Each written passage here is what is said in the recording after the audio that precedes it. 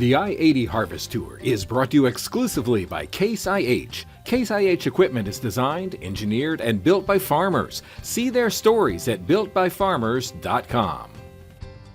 Harvest, it continues to roll along thanks to the open weather across the Corn Belt in Indiana.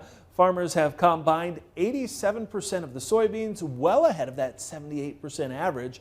Corn harvest, well, it stands at 71% versus the 64% norm. AgDay's Michelle Rook reports on what farmers are finding for yields. The harvest continues to roll at record pace here in Indiana, and it looks like statewide yield averages will be down for both corn and soybeans. It's a function of drought in June and July that resulted in a 10-inch moisture deficit on Chuck Shelby's farm, and heat, which caused significant tip back on the corn. So that, I think, impacted the abortion on the end of the kernels. So it's kind of a factor this year that is probably where the biggest yield loss is. He says late season tar spot also trimmed some bushels, and so corn yields are above 200 bushels for Shelby and farmers across much of Indiana, but still below average. In our part of Indiana, the corn yields are 20-25 bushel less than what we normally expect. There's still a lot of farmers in Indiana are going to probably have crop insurance claims in Indiana because they have high APHs from some previously really good years. Southern Indiana farmer Kevin Kalb says his farm also started out dry, but then the weather did a 180.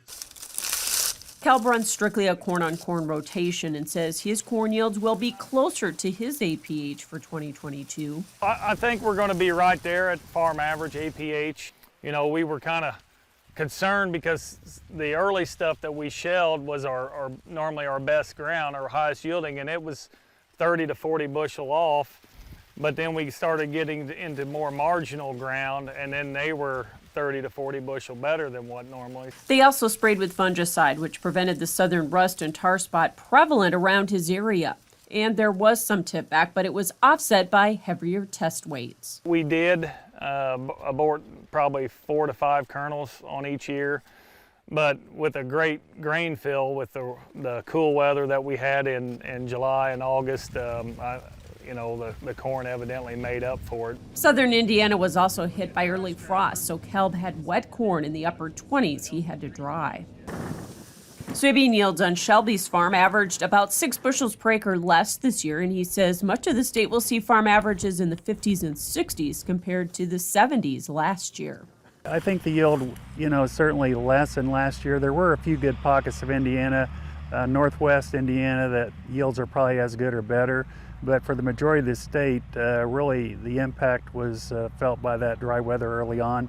Another factor too, some of the double crop beans were impacted by frost. So he thinks USDA may need to lower both corn and soybean yields for Indiana in the November WASDE. Again, very few farmers in Indiana would say their crop is as good as last year. And remember again, in the previous USDA reports, the USDA lowered last year's yield and lowered acreage. So I think overall the Indiana yield still has room to come down. In Indiana, I'm Michelle Rook reporting for AgDay.